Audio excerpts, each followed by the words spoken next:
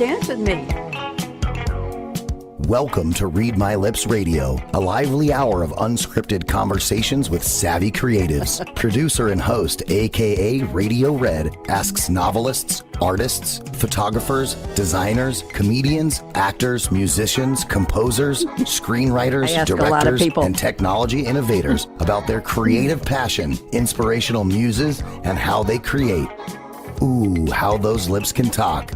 Now, here's akaRadioRed. Thank you very much to the voice of Ryan Treasure, who brings me live on the air every Monday. I'm akaRadioRed. Happy to be here. I've got a full house here and so happy to have everybody. It looks like there's a little bird flying on the bottom of my screen there. I don't know what's going on. I'm going to put some more lights on. Hold on a second. Wait a minute. Let's get some more lights here. Okay, that should take care of the flutter. This is Monday. Where else would I be at this time of the day? It's 5:03 p.m. Eastern Time, and I have no other place I'd rather be than here on the Creativity Show with my very special guests. I've met them in different ways from different places. They're going to introduce themselves after I have my gift for each of them. But before we start, ladies, I need you all, please, to put your hands in the shape of the letter L, and we're going to say on the count of three. Got your hands up, Maria? Maria's up, and Holly and Suzanne. Okay, and on the count of three, we're going to say hello, LLL, just like I said it at that pace. 1, 2, 3. Hello, L, L, L. Jordan, can you put them in down for a second place tie? It's a 10-way tie. They did really well. We didn't rehearse this. LLL is lovely, lanky Laura Legs, our most loyal listener. She hasn't been feeling too well recently, but I know she listens, and I want her to know that we are thinking of her and sending her good holiday wishes. Let me just tell you that it is December 8th. Where has the year gone? The 342nd day of the 2025 year in the Gregorian calendar. I don't know if you ladies know, but we used to have the Julian calendar. Well, somebody did years ago. And Julian forgot that there was a problem with the moons and the tides. And Suzanne knows this. The first week or two of October, they didn't get their birthdays every couple of years because his calendar squished, I know, Maria, squished the beginning of October together. And along came Gregorian. I don't know whether it's before or after he became a pope. And he said to his mom, I'm going to be creative. I'm going to have something called leap year. And every fourth year, we'll add a day, and then we'll all be in sync. And everybody in October, including me, got their birthdays back, even though I wasn't alive then. But that's nice to know. There were 23 days remaining in the years. If you have anything you haven't done yet, well, for goodness sake, right after the show, get onto it. It's the 49th Monday, and nobody cares about that except me. Is anybody a Sagittarius born between November 23rd and December 22nd? Anybody here? Okay, I'll just go around, never do this, but what's the sign? Suzanne, what's your sign? I'm a Virgo. Okay. Maria, what's your sign? Textbook Leo. Oh, okay. Queen of the jungle there. Holly, what's your sign? I'm a Cancer. And I'm a Libra. Oh, have we got a selection here? My goodness gracious. Okay. Ladies, I just want to tell you that today in history, in 1955, the number one song was 16 Tons by Tennessee Ernie Ford, in case anybody remembers it.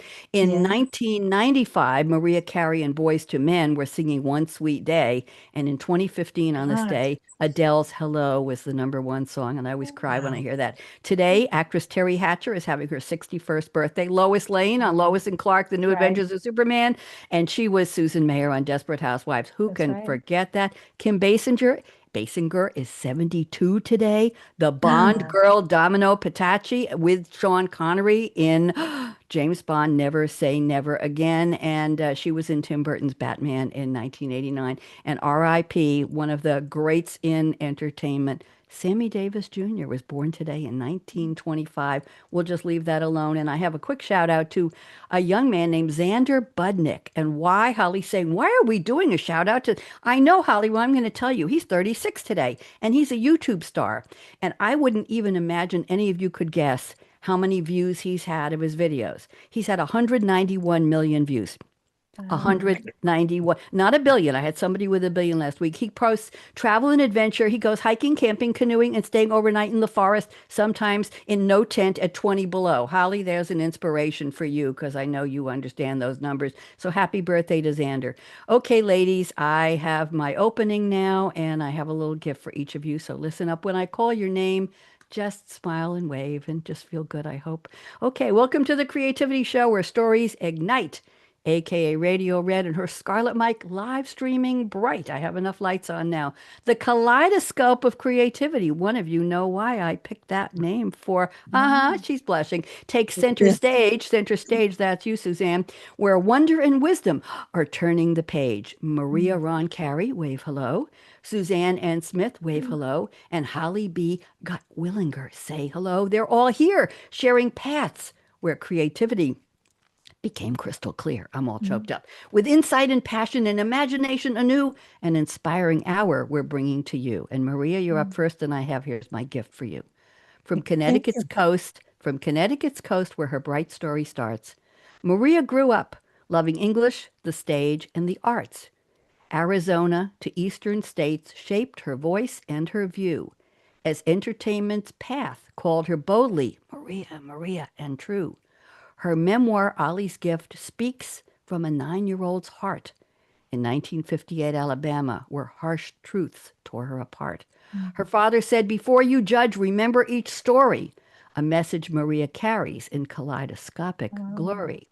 She wrote plays, vaudeville shows, ceremonies of love, birthday reviews that fit like a glove.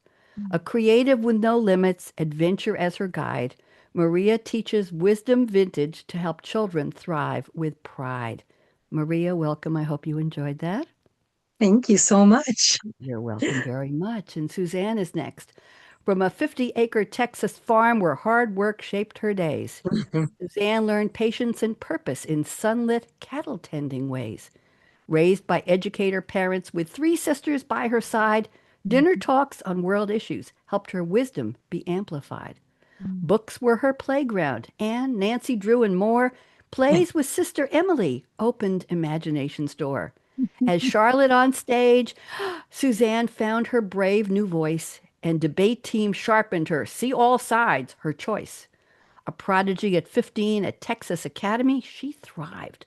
Among brilliant peers, she felt she'd finally arrived. Now leading social impact architects with global heart and spark, Suzanne's social trend spotter blog lights transformation's arc. Suzanne, what do you I think? loved it. Oh, I'm wonderful. glad. I'm glad. And now Holly, from a small northern town with Ontario's winter gleams, Holly grew her art in daylight and crafted midlight dreams. Behind a wingback chair, her young imagination stirred as colors, yarns, and stories found their very first word. Marriage led her further north where mining towns stood strong. She raised her sons in remote life where creativity tagged along. Now back in her childhood home with memories warm and memories bright, Holly shares the space with Mom and crafts new tales each night. By day, Holly works in corrections, steady, skilled, and wise. Her debut novel, North of Broken and Forever Home, next Valentine Day flies, exploring women and rescue dogs with love true and strong. For every story Holly writes, she always brings a dog along. Holly? You're gonna make me cry. That's That okay. was beautiful. I'm glad. So gather around where the cool vibes and the cool kids sway as we dive deep into creativity today. As Radio Red's energy lights the way, we hope to inspire you to live large, love life, and play. So ladies, how'd I do? Good. I Oh, got she's some So heart. amazing. good. Those are my gifts to you. And that's why I no longer ask people for a media bio. I ask for an origin story. And that's what I wanted to use it for, is to give it back to you. My collaborator is named Sylvie. She's French, and we speak in English and in French. And she helps me draft these. I don't call them poems. I call them rhyming introductions. So I'm very glad that each of you have enjoyed what we wrote. So there you go. And I'm the final decider, and I'll tell you who Sylvie is later, but you may know, and I think Suzanne knows. So let's go around the table. And briefly, is there anything I left out of your story that you'd like to share with us? So Maria, I'm going to you first. I'm putting you on speaker view officially. Welcome to the Creativity Show. Maria, anything you'd Thank like you so to much. tell us? Go ahead. Tell us a little more. I'm not sure that you really left anything out. I mean, again, I'm very proud of you. That was great. Um, I think when it comes to growing up, my parents, had so much to do with it, and I just feel very blessed that they never said no to anything I wanted to do.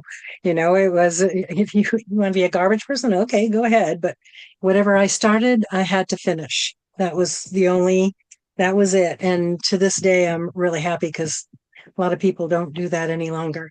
But I give them a lot of credit because they never stopped me. And I did so many things because they made it possible. Very Yeah. cool.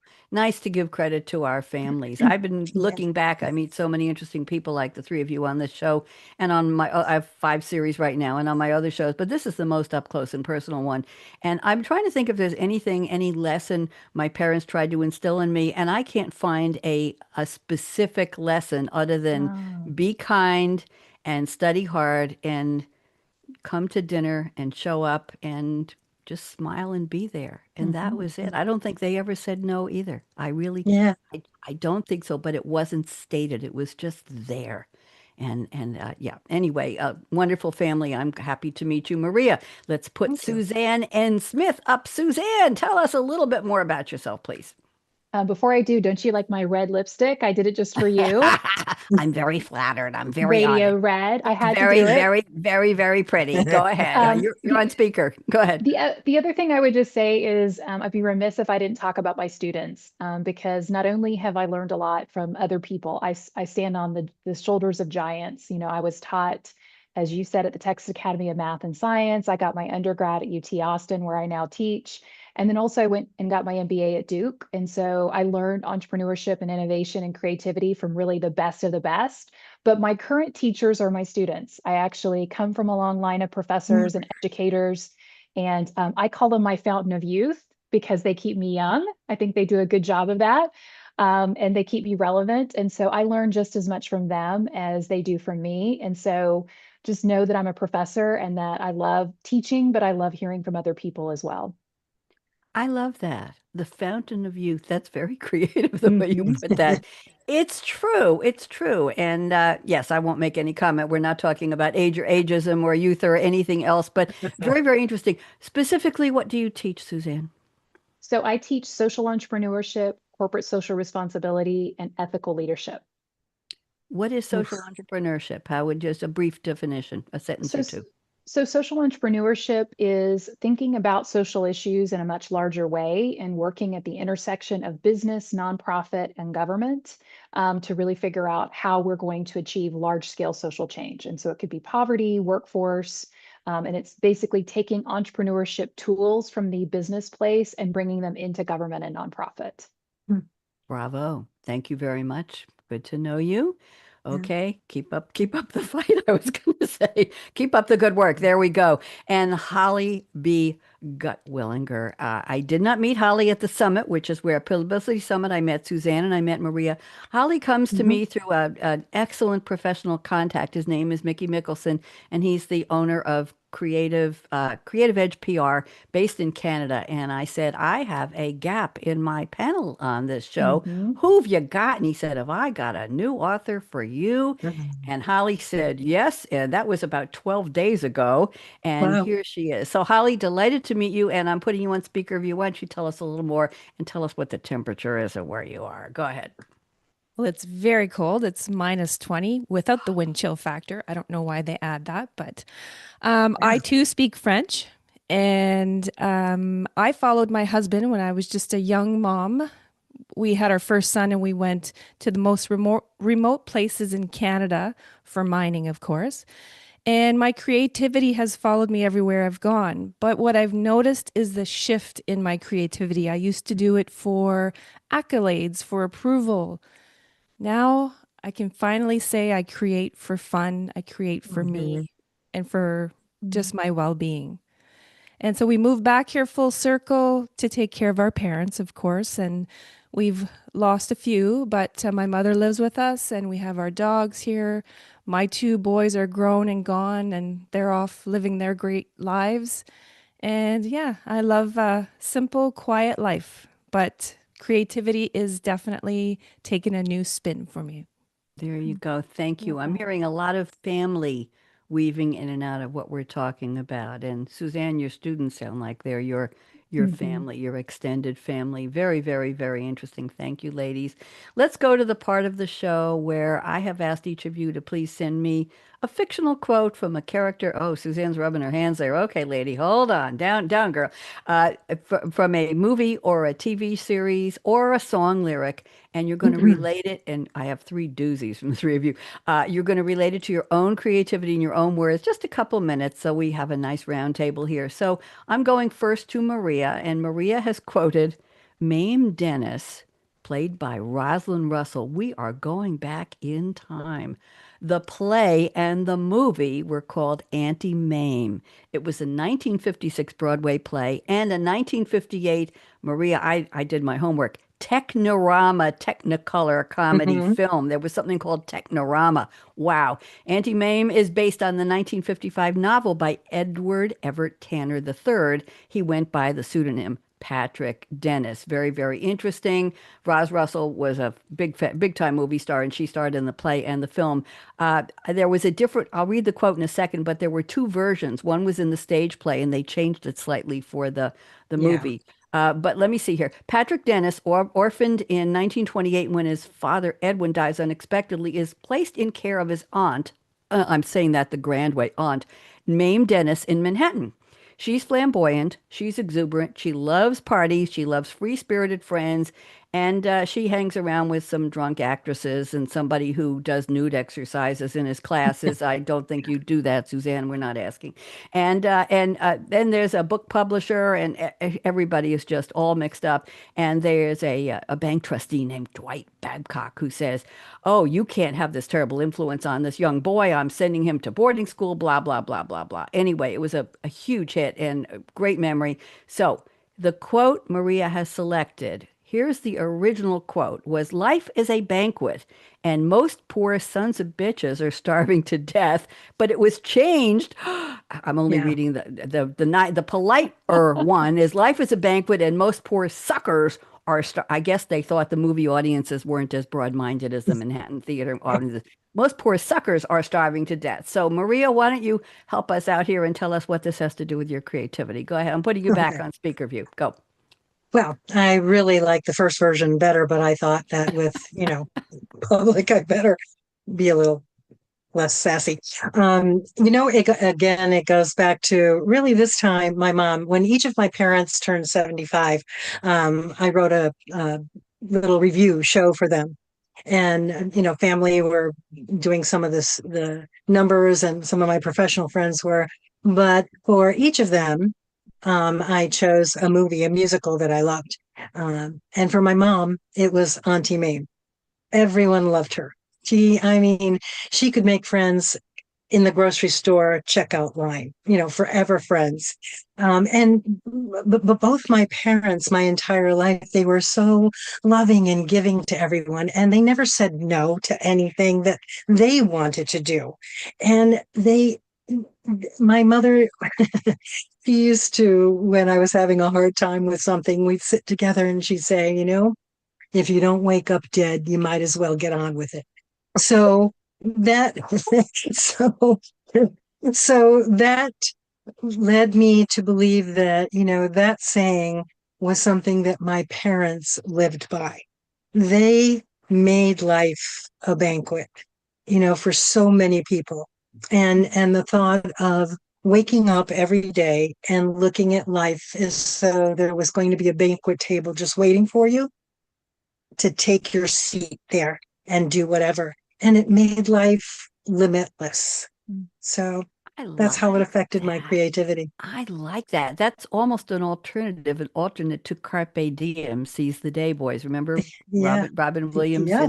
in Dead Poets Society said Yeah. that to the students. Oh, great movie. Carpe Diem, Yeah. seize the day. This is life's a banquet. Yeah. Take it. Yeah. See, and it to me, it's a smorgasbord, really, or a smorgasbord, however you Mhm. pronounce it. It It's do is. you want the dessert first? Do you want the salad? Well, maybe you'll skip that. Do you want the soup? Oh, skip the soup. The bread looks good, but who wants to waste the calories? Let's go for dessert and a great main course, and Yeah. let's just get our fill. I think that's the way life could be, should be might be looked at. I think, I don't know. Does anybody else agree with the smorgasbord effect? Go and take Hmm. you like that? Yeah, Maria, Hmm. wonderful quote. Thank you so much. Thank you. Appreciate that. And thanks for the Thanks. look back in history. And let's see what Yeah. Suzanne has picked. Oh, Suzanne's picked another iconic. Oh my goodness gracious. The quote is just three words. I'll get to it in a second. It was spoken by Wesley, played by Carrie, and I'm never sure how to pronounce his last name. Elwes, Elwes, to Buttercup, played by Robin Wright in her first Mm. film role. The movie, of course, The Princess Bride. 1987 fantasy, adventure, comedy film. They just put genre Yeah. after genre, directed by none other than Rob Reiner, my goodness gracious. The plot, a farm boy turned pirate has to rescue his true love, Princess Buttercup, from an evil prince, and he battles foes and forges alliances and proves that true love and adventure never die. And the quote is, yes, okay, I'm going to give more of it. And the cast included Mandy Patinkin, Chris Sarandon, Christopher Guest, Wallace Shawn, one of my favorite actors, Vizzini, Andre the Giant, Oh, Fezzik, yeah. Billy Crystal played Miracle Max, Carol Kane, what a quirky actress was Valerie, Peter Falk was the grandfather Mhm. narrating this supposed book, talking to his son, his grandson, who was in bed sick, played by Fred Savage. So the quote is three words, as you As wish, you as you wish. That was a theme throughout the whole film. Suzanne, how'd you pick this and what does this have to do with your creativity? Go ahead. So first I picked it because anytime I get into this movie, I'm transported. And so the most important part to me about creativity is the other person is transported to another place, another land, a new way of thinking. And so for me, I grew up watching this movie, and if I'm having a bad day or if I'm wanting to have an even better day, watching this movie transports me. And I've probably seen it so many times I can't count. With my sister Emily, who you mentioned earlier. So that's number one.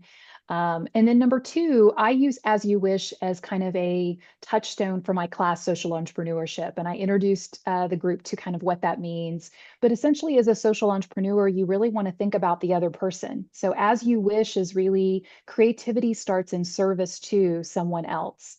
And so part of what we want to do when we're solving the problems of the world is to walk in the shoes of the other person. And that starts with listening. It starts with asking really good questions. And it also leads to greater levels of creativity. So in my class, I teach innovation happens through collision. So creativity is not a lonely process. It's something that you do in community with other people. And then I also talk about transformation only happens in community. So in this movie, you see how each character plays off of each other and it creates a more innovative effect. In addition to that, you see that they're transformed through community. Each character becomes better because of the other characters push them. So to me, that's really the hallmark of creativity is working together with other people towards something even bigger than you could even imagine. Very, Yeah. very interesting. And I'm reflecting briefly That's back to great. this Xander Budnick, the young man who's on YouTube who has 191 million plus views.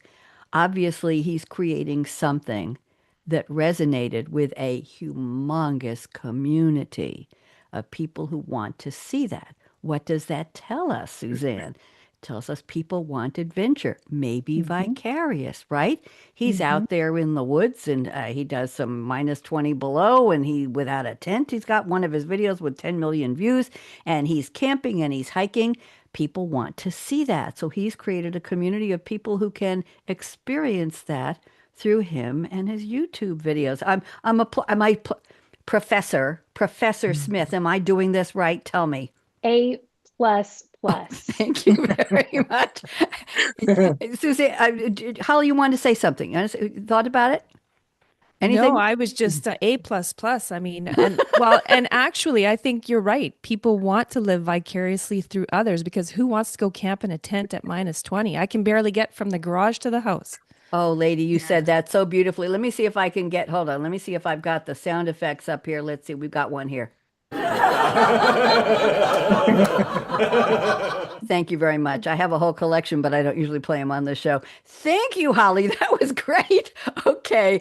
Okay. Thank you for the quote, Suzanne. I appreciate that. And let's go to Holly's. And Holly has picked another absolutely classic quote. My goodness gracious. Dorothy Gale, played by Judy Garland, The Wizard of Oz, 1939. Classic, iconic musical fantasy film. They keep redoing it and redoing it, redoing it. It was nothing like the original. This iconic line, I'll read it in a second. It's 5 words, is delivered at the end of the film as Dorothy clicks her ruby red slippers together, realizing that after all her extraordinary adventures in the magical land of Oz, where she longs for the most comfort, love, and familiarity are really, and I'll read that in a second. Anybody doesn't know, she's a Kansas girl named Dorothy Gale. She's swept away by a tornado, we think, by the magical land of Oz, where she journeys along the yellow brick road, da-da-da-da-da-da, seeking the wizard who can help her return. She, along the way, befriends unlikely companions, confronts a wicked witch and a good witch, and ultimately discovered the power to go home was within her all along. You had it all along, my dear. Okay, here's the quote, and I'll let Holly tell us more. There's no place like home. Oh, my goodness gracious, my goodness gracious. That is one of the cornerstones of quotes from movies. Holly, tell us what this has to do with your creativity. I think we know, but go ahead and tell us. Well, I have been watching that movie since I was a little girl, and I've tried to get my 2 sons to watch it, but they're always too afraid of the monkeys. And when we moved away, I was, a young mom and a wife who was following her husband who wanted to pursue his career. So I did. But I struggled in these small towns, no family, no friends, alone. We moved back, came full circle, like I was mentioning before. And I realized that home is where you make it, which is another saying, but there's no place like home also came to light. Now, where that comes into my creativity, not, but a short few weeks ago, I was thinking about that saying and I thought, writing feels like home for me. And there's no place like home because I work full time. I do other things, but all I want to do is sit and write and sit by my fire. There's no place like home, which is in my heart, my home. I love that saying. Yeah. That's Best movie of all time. I'm going to share something with you. In 1998, I was a part-time assistant editor for a local newspaper, part of a chain of small community newspapers on Long Island, New York.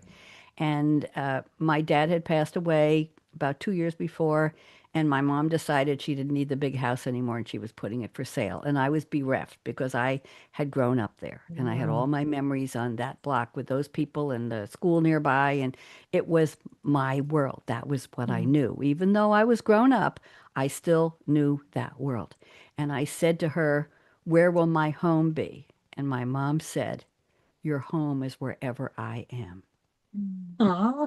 Beautiful. And I wrote an editorial for the paper on where will my home be? It'll be where my mom is. And she ended up moving to a fancy schmancy apartment building 5 minutes from where I was living at the time. And she lived to 100 years, 1 month and 15 days and passed away basically in my arms. We kept her alive on a ventilator for another day in the hospital, but she took her last breath with me. And home was always where she was. So anyway, beautiful quote, Holly. Thank you. It just brought back that memory. And I was writing and I was trying to do some creative editorials. Interesting for a community newspaper. They were, I hate to say it, desperate for stories. And people would send in, "Oh, I've got a story. I did this and my son did this and the church did that and this person did this." And the stuff was really not well written, and the editor never edited anything. She just slapped a title on it and put it in the paper. So the point was just fill it up, and it was fine. But when I wrote my editorials with I had to get past her, of course. I was able to do a little bit of creative writing. And one of my favorite ones, Holly, was people were notorious for doing U-turns on these 4-lane streets in front of where I lived on this busy thoroughfare between village. It was nine villages, all strung together. And I wrote an editorial and it said, "No U-turn means you." because I'd seen some really vicious U-turns in there. So I just got kind of cute with all of that, and that was kind of fun. So anyway, thank you, ladies, for the quotes. I appreciate the time you put into selecting them, and some good memories in there, some good shows, Auntie Mame and Wizard of Oz, and my goodness gracious, so many good things. And The Princess Bride, of course. The one, what's the quote from Vizzini that people usually pick? Inconceivable. That's Inconceivable. on my other shows. A lot of guests pick, I do a show on technology, and guests pick Inconceivable. And I love Wallace Shawn. He was, Well, go ahead. Red, I was going to tell you, that was going to be my second one, was Wizard of Oz. I use it in all my trainings on storytelling because it's Uh-huh. the iconic Joseph Campbell's hero's journey.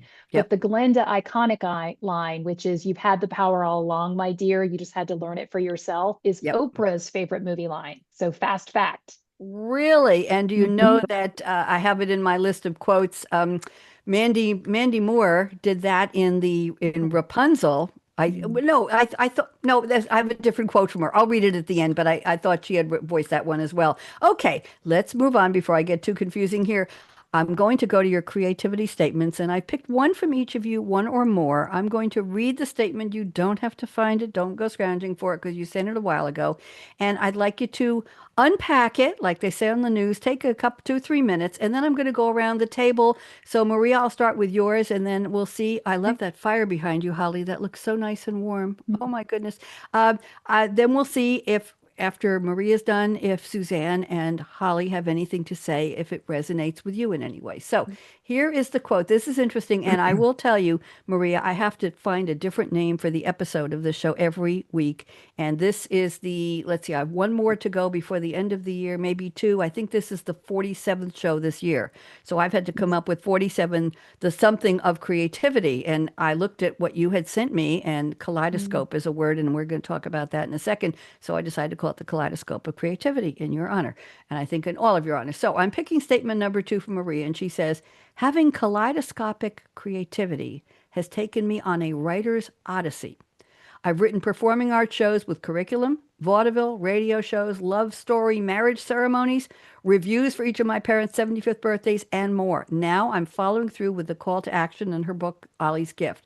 But you say, I asked you to tell me more about it. And the guy friend you quoted, I'm not going to read it. I'd like you to tell us the story of what does kaleidoscopic creativity mean from this friend who said it to you, and he stole it from a movie. Maria, tell us all, please, and then we'll go around the table. Go ahead, Maria.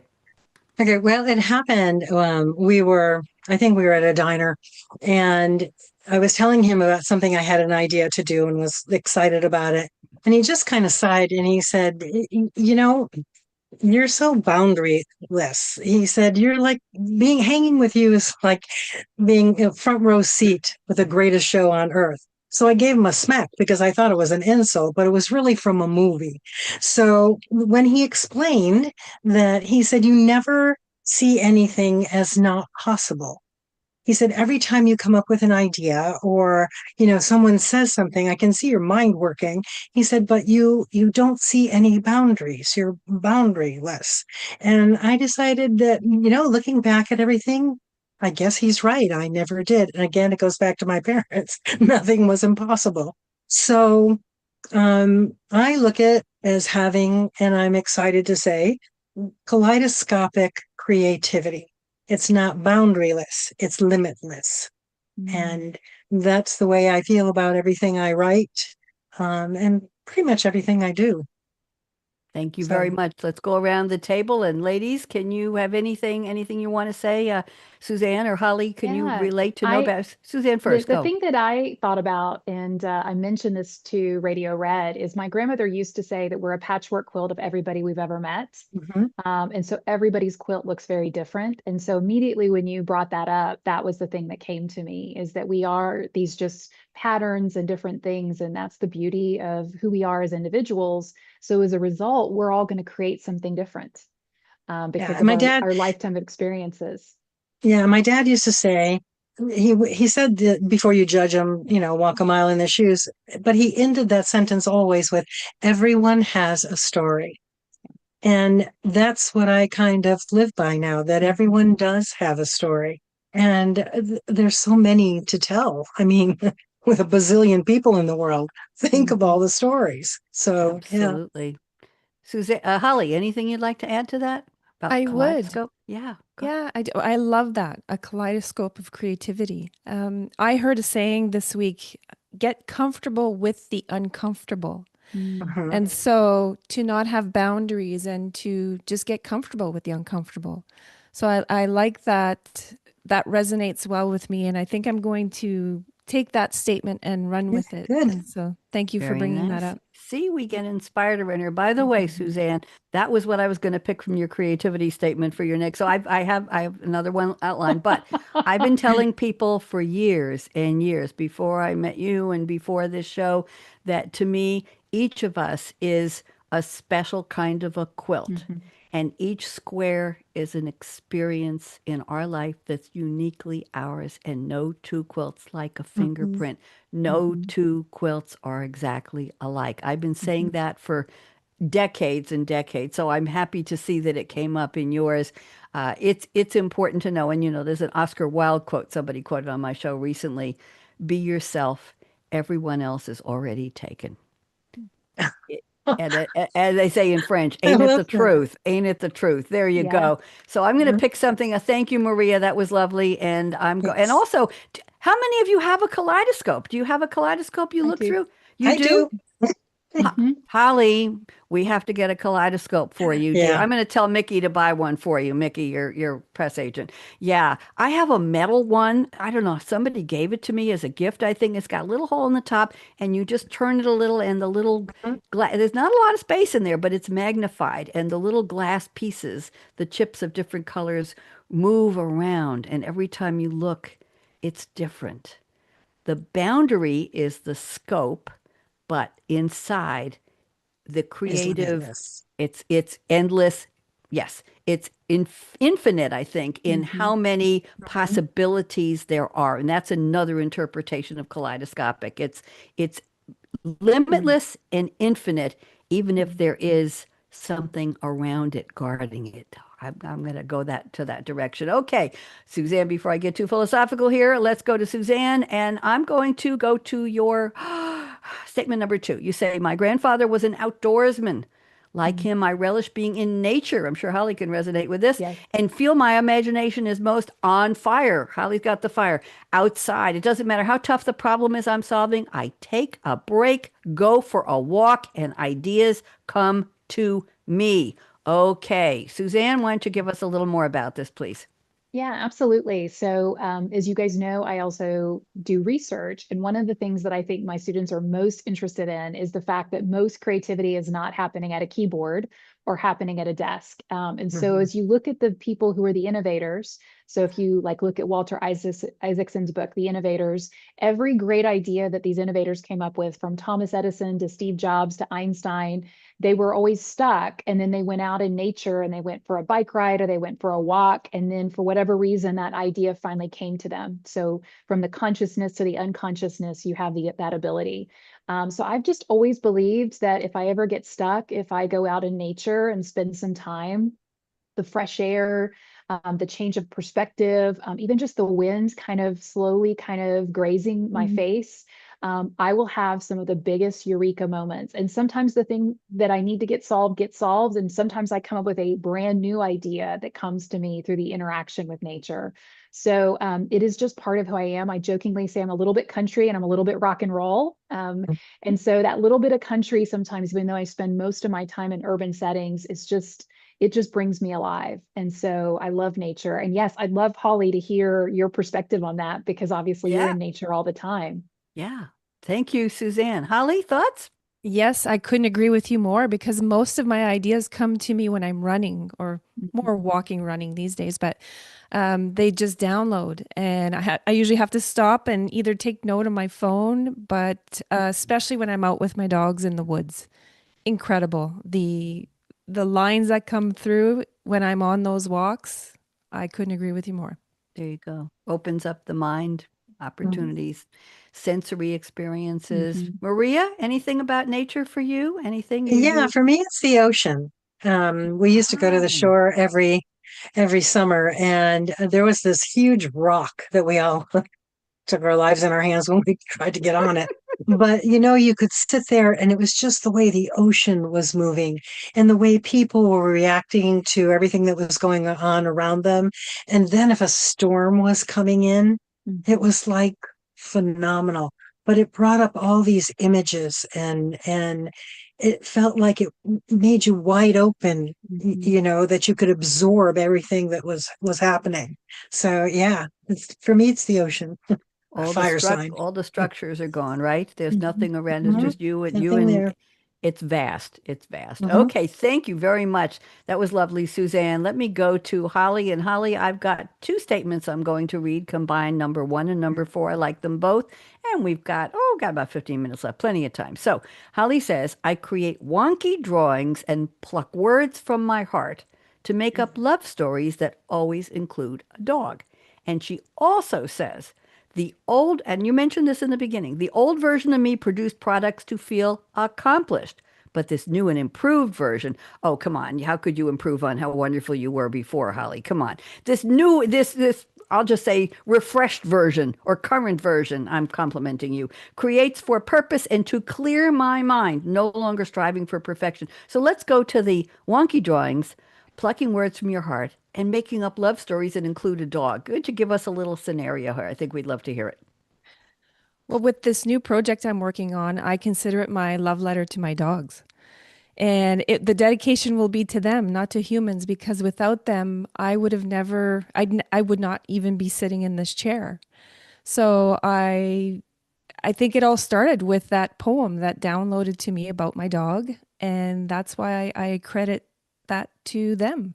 I pluck words from my heart because I always considered myself a writer from the heart, and that's how I introduced myself a few years back. I wouldn't say I was a writer, but I'd say I write from the heart, which I do. And I thought that was kind of quirky and maybe a little bit too fluffy, but I realize now that the world Yeah. needs a lot more love. The We world all needs need a more little bit fluffy. more love. Yes, We it need needs more more fluffy and more Yeah. dogs. more fluffy. Tell me about the wonky drawings. What are those all about? Well, I'm certainly not an artist and I will never have my paintings up in a museum, but I love to draw and I'm self-taught and I keep learning.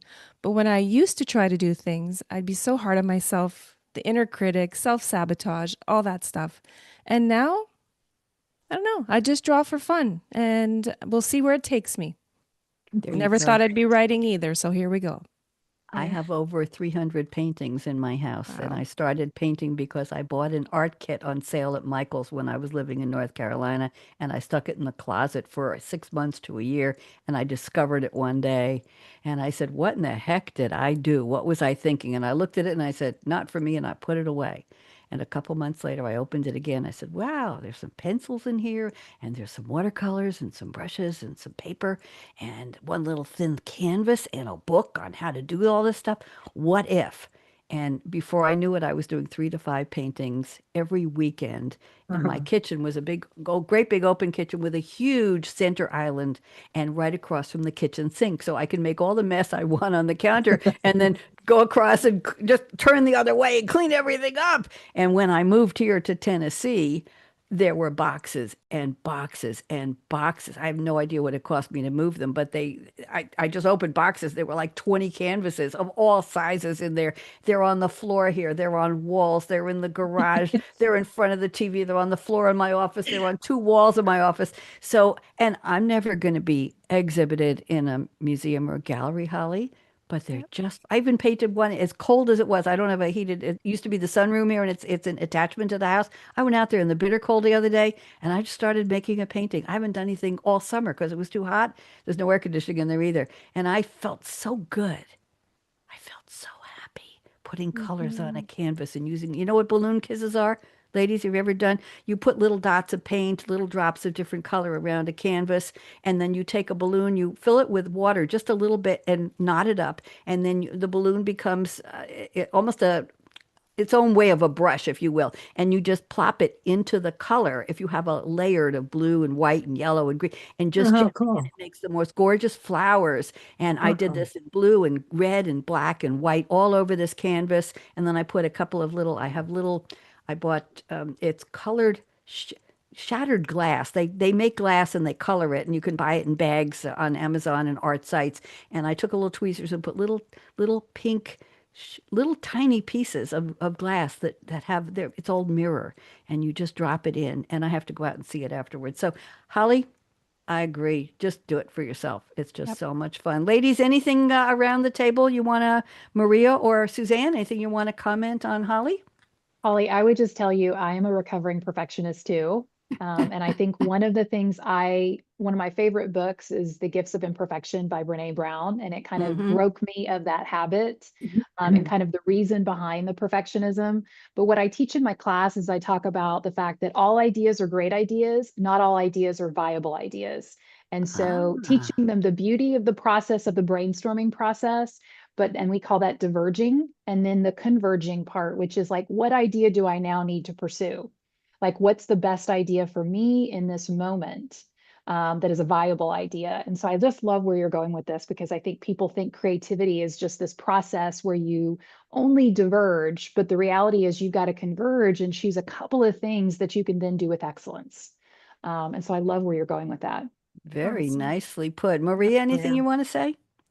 Yeah, whenever I look at pictures or anything, yeah, I always see something else in them, constantly. So when you were talking about that, just putting anything down, I mean, to me that I would love to look at it, you know? So yeah, that's such a great way. That is fabulous. That is I'll tell. beautiful. I Who did love I that? that. I Did you did do that. that? Yes, I'll Wow. tell you You how I did? did it. I have about 20 of these. I create an image of a person and I use the AI program Night Cafe Studio and I create an image. Then I Wow. print it out on a piece of film, 8.5 by 11, like we used to use in the old video machines, in school when Hmm. they put the, not slides, but the Mimeograph. Yeah. film, Mhm. I don't know what they call it. Anyway, clear acetate. And then I print it out and it comes out like a tracing. Wow. And then I run down to my art studio holding it by the edge, and it's drying as I'm going the 30 feet or 40 feet to the studio. And I take a piece of white cardstock, 12 by 12, and I lay the acetate on top of it and rub it on the back with my hand and Wow. transfer the tracing. Then I take glitter glue and acrylics, and I have a whole bunch of little jewels, fake jewels, plastic, and I make them into the eyes. And I have her necklace is, I save candy wrappers. When you get nice candies and Dove wrappers and all that, just save them. They're gold and they're silver, some of them, and I save them and I make necklaces and all kinds of things out of those for them. And then I finish up the hair with the glitter glue with different colors, and I let it dry, and then I frame them.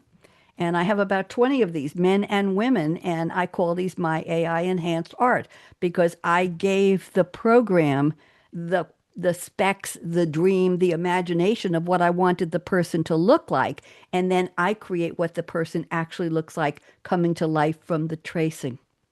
Very cool. Thank you. And I just have a That's blast amazing. with these. I have a blast. I have one nearby. Sorry to lead out here. Let me see. Oh, I don't want to get anybody. I don't want to distract. We've got about 8 more minutes left. So thank you very much. And I have one. Thank you for looking at that. Well, you didn't have a choice. I showed it to you. Maria, I just want you to take 2 minutes to explain one more statement. I think the ladies will appreciate it, and I know I will. You say, I write vaudeville shows for fundraisers. When I meet the talent, I use what they're comfortable with to create their act. It works successfully every time.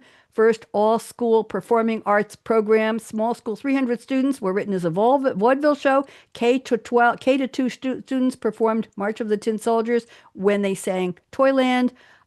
Interesting. I love vaudeville and old time radio shows. Just what an interesting idea. Maria, can you just give us a really, really quick overview because we have more to do, but I want to hear this. Go ahead, Maria. Sure.